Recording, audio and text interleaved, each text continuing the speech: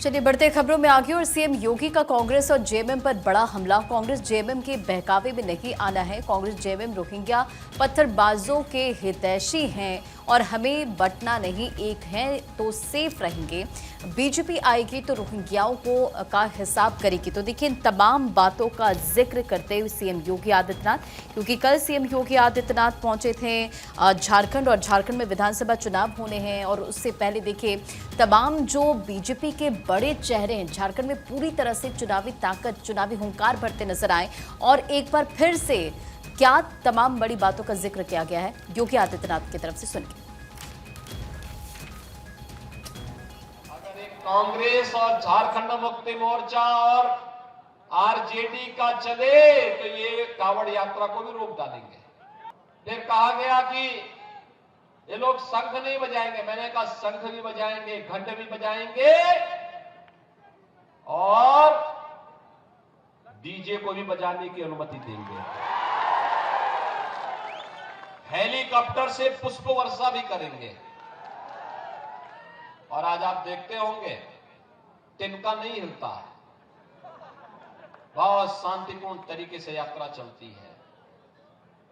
बहनों और भाइयों, सुरक्षा लाने के लिए जज्बा चाहिए, जज्बा।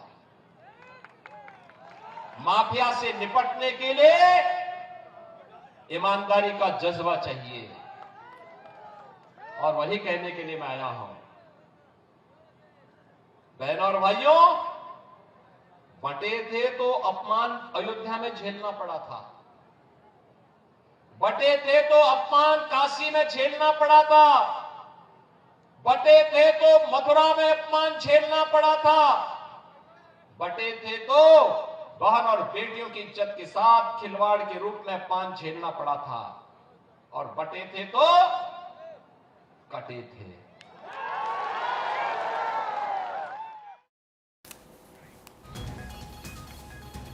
और देखिए झारखंड में चुनाव प्रचार जो है पहले चरण के लिए वो थम चुका है। पहले चरण के लिए वोट कल डाले जाएंगे। पहले चरण में 43 सीटों पर मतदान होगा। मतदान को लेकर सुरक्षा के कड़े इंतजाम भी हैं। तो देखिए अगर अखबारों की बात करते हैं तो फ्रंट पेज पर मुझे लगता है ऑलमोस्ट हर अखबार में इसी को लेकर खबर भी है। मेरे पास दैनिक भास्कर है जिसमें नए मुद्दों की कमी से विधानसभा चुनाव में प्रचार की धार कमजोर, इस हेडलाइन के साथ में यहाँ पर ये पूरा एक आर्टिकल है जिसमें बताया कि झारखंड और महाराष्ट्र में विधानसभा चुनाव के सियासी संग्राम में किस तरह से वक्त कम बचा है, क्योंकि लगभग 7 दिन का वक्त बचा है। और ऐसे में पहले चरण के लिए तो क्योंकि देखिए चुनाव प्रचार भी थम चुका है। और बड़ी बात यह है कि इस बार के विधानसभा चुनाव में खास तौर पर जो वहाँ के स्थानीय मुद्दे हैं वो कहीं ये कहिए कि गायब से हैं, या यूँ कहिए कि बहुत ही गौण हो गए हैं। अब ऐसा क्यों? क्योंकि जो नेशनल पॉलिटिक्स है उसकी छाप वहाँ पर नज़र आ रही है। प्रधानमंत्री मोदी, अमित शाह, जेपी नड्डा लगातार प्रचार कर रहे हैं। उधर कांग्रेस के तमाम दिग्गज प्रचार करते हुए नजर आ रहे हैं। खुद हेमंत सोरेन अपनी पत्नी संग कई दफ़ा नजर आते हैं। तो कुल मिलाकर अगर देखा जाए तो ये माना जा सकता है कि झारखंड की भी देखिए अगर बात करते हैं तो कौन कौन से मुद्दे वहाँ पर आपको नजर आते हैं। वहाँ पर आपको रिजर्वेशन की गूंज सुना जाती है, अवैध घुसपैठ, तुष्टीकरण की बात हो रही है, धर्मांतरण, भ्रष्टाचार, महंगाई, संविधान खतरे में, क्योंकि राहुल गांधी जब चुनाव प्रचार करे तो एक बार फिर से वो संविधान खतरे में इस बात का जिक्र कर रहे हैं। कांग्रेस अपनी स्ट्रैटेजी पर काम कर रही है, बीजेपी घेर रही है कि देखिए अब यहाँ पर करप्शन कितना ज़्यादा है, यहाँ नेताओं ने जनता के हक का पैसा चुरा लिया। कल भी आपने देखा कि जब अमित शाह प्रचार करते नजर आए तो जमकर करप्शन के मामले को लेकर घेरा और कहा कि 10% आरक्षण हम नहीं लेने देंगे और हम आपके हक पर डाका नहीं पड़ने देंगे, आदिवासियों का हक नहीं छीनने देंगे।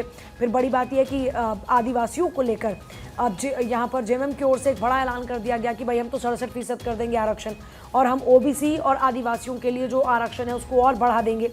तो कुल मिलाकर झारखंड के चुनाव में विशेष तौर पर अगर बात करते हैं, पहले चरण की अगर बात करते हैं तो ताबड़तोड़ चुनाव प्रचार देखा। और बड़ी बात यह है कि इस बार के विधानसभा चुनाव में एक बार फिर से वो फ्रीबीज वाला जो चलन है वो देखने को मिला। तो जब ये फ्रीबीज वाला चलन आता है, जब इतने आक्रामक तरीके से हमले होते हैं, उससे ये समझ में आता है कि चुनाव कितना दिलचस्प है। क्योंकि जब जितने ज़्यादा हमले होते हैं, जब जितने ज़्यादा घोषणाएं होती हैं, उससे ये अंदाज़ा होता है कि राजनीतिक तौर पर फाइट कितनी नेक टू नेक है। यही नज़र आ रहा है इस वक्त झारखंड में, यही नज़र आ रहा है इस बार महाराष्ट्र चुनाव में।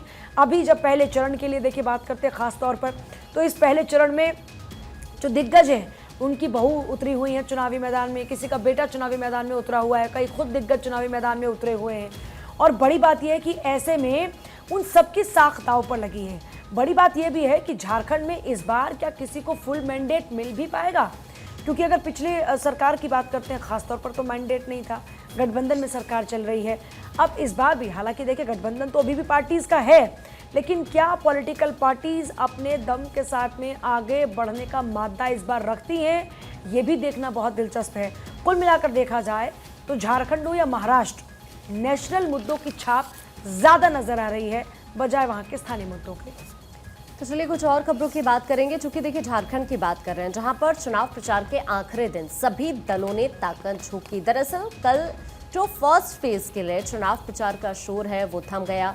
तो कल चुनाव प्रचार के इस आखिरी दिन पहले फेज को लेकर, चाहे गृह मंत्री अमित शाह की बात की जाए, प्रधानमंत्री नरेंद्र मोदी की बात की जाए, या फिर पार्टी के जो अन्य नेता हैं उन्हें हमने देखा कि किस तरह से यहाँ पर प्रचार प्रसार करते हुए नजर आए। उधर दूसरी तरफ चाहे हम कुछ और दलों की बात करें, कांग्रेस की तरफ से, तो यहाँ पर सभी ने कल अपनी ताकत झोंकी, अपनी अपनी जीत के कई वादे भी यहाँ पर करते नजर आए। सबसे पहले अगर गृह मंत्री अमित शाह की हम बात करें तो कल उनकी यहाँ पर 2 जगहों पर रैली रही है। सीएम योगी की बात करें तो वो भी यहाँ पर प्रचार प्रसार करते हुए नजर आए। तो इस तरह से जो पार्टी के दिग्गज हैं अलग अलग दलों के, वो पूरी ताकत झोंकते हुए यहाँ पर नजर आए फर्स्ट फेज को लेकर। चूंकि आप जानते हैं 43 सीटें हैं जहां पर कल मतदान होना है, और उसके लिए यहाँ पर पहले फेज का जो चुनाव प्रचार का शोर है वो थम चुका है। और ऐसे में जब कल आखिरी दिन रहा है चुनाव प्रचार का पहले फेज को लेकर, तो तमाम दल यहाँ पर जनता को साधते हुए नजर आए इन सभी सीटों पर।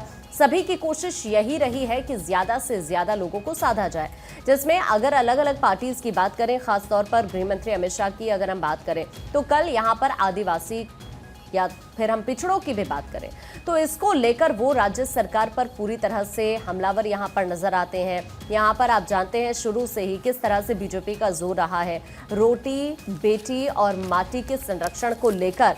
तो एक बार फिर से यहाँ पर गृह मंत्री ने उस बात को भी दोहराया, और साथ ही यहाँ पर भ्रष्टाचार का मुद्दा भी वो जोर शोर से उठाते हुए नजर आए। और यहाँ पर जिस तरह से रांची में जब गृह मंत्री मौजूद थे तो यहाँ पर उन्होंने घुसपैठियों का मुद्दा भी पूरे जोर शोर के साथ यहाँ पर उठाया है। देखिए, बीजेपी के प्रतिनिधिमंडल ने चुनाव आयोग से मुलाकात की है। केंद्रीय मंत्री अर्जुन राम मेघवाल के नेतृत्व में मिला है प्रतिनिधिमंडल। कांग्रेस के खिलाफ शिकायत की बीजेपी प्रतिनिधिमंडल ने ईसी से, इलेक्शन कमीशन से मुलाकात की, और केंद्रीय मंत्री अर्जुन राम मेघवाल के नेतृत्व में ये प्रतिनिधिमंडल मिला है, जैसे कि जानकारी मैंने आपको भी दी। और कांग्रेस के खिलाफ शिकायत इस मुलाकात में की गई है। तो बीजेपी के प्रतिनिधिमंडल ने इलेक्शन कमीशन से मुलाकात की है। अर्जुन राम मेघवाल के नेतृत्व में ये मुलाकात की गई, और इस मुलाकात में कांग्रेस की शिकायत की गई। आप जानते हैं कि किस तरीके से एक तरफ तो बात अगर महाराष्ट्र की करें तो वहाँ पर विधानसभा का इलेक्शन है, झारखंड में विधानसभा का इलेक्शन है। दूसरी तरफ 11 ऐसे राज्य हैं जिनकी 33 सीटों पर भी फर्स्ट यानी कि 13 नवंबर को दरअसल जहाँ पर वोटिंग होनी है, और इसके लिए यहाँ पर भी प्रचार थम चुका है। लेकिन इस बीच जिस तरीके से बयान दिए जा रहे हैं या जो स्टेटमेंट्स सामने आ रहे हैं, जब एक दूसरे पर हमला किया जाता है या जनता से लोक लुभावन वादे किए जाते हैं, अब ऐसे में कांग्रेस पार्टी या बीजेपी एक दूसरे पर आक्रामक नजर आ रही है। इलेक्शन कमीशन से मुलाकात बीजेपी के प्रतिनिधिमंडल ने की और इस दौरान कांग्रेस की शिकायत की है। चलिए खबरों में आगे बढ़ते हैं। वायनाड उपचुनाव का अब जिक्र करेंगे। वायनाड उपचुनाव के लिए राहुल गांधी ने दम लगाया और कांग्रेस उम्मीदवार प्रियंका गांधी के लिए प्रचार प्रसार करते नजर आए।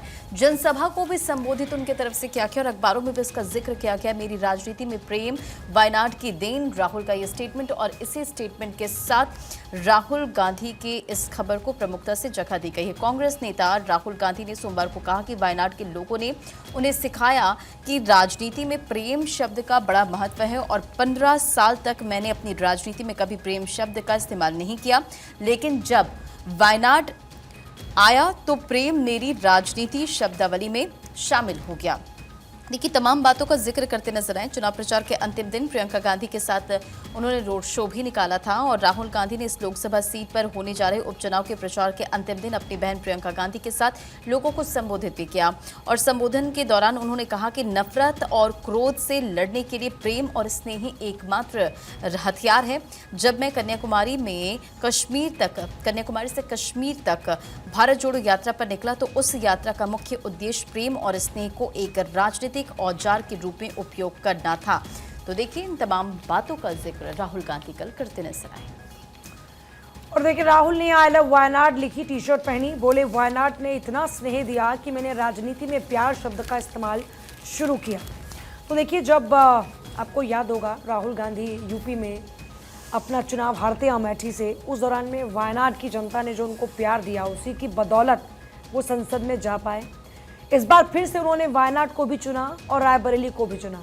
वायनाड रायबरेली दोनों ही जगहों पर राहुल गांधी की जीत होती है। फिर वो आखिरकार अपनी जो उनकी मां की सीट थी रायबरेली, जो इस बार उनको मिली, उन्होंने उसे चूज़ किया और वायनाड उनको छोड़नी पड़ी। हालांकि जिस दौरान में वो वायनाड को छोड़ रहे थे, उन्होंने बड़ा एक भावुक संदेश भी लोगों के लिए दिया।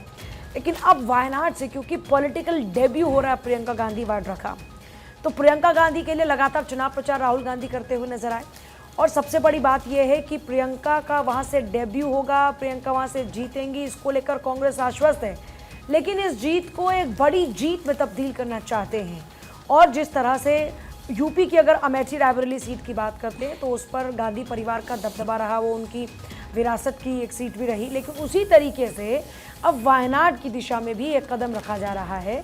और वायनाड में भी जिस तरीके से भावुक लगातार स्पीच आ रही है, चाहे राहुल गांधी की हो चाहे प्रियंका की हो, तो उस लिहाज से देखा जा सकता है कि ये भी एक स्ट्रैटेजी का पार्ट है कि लोगों को एक ये समझाने की कोशिश है कि राहुल गांधी भी ये बताने की कोशिश कर रहे हैं कि वो भले ही उस सीट को छोड़ देते हैं, लेकिन उनका दिल वहाँ के लोगों से अटैच है।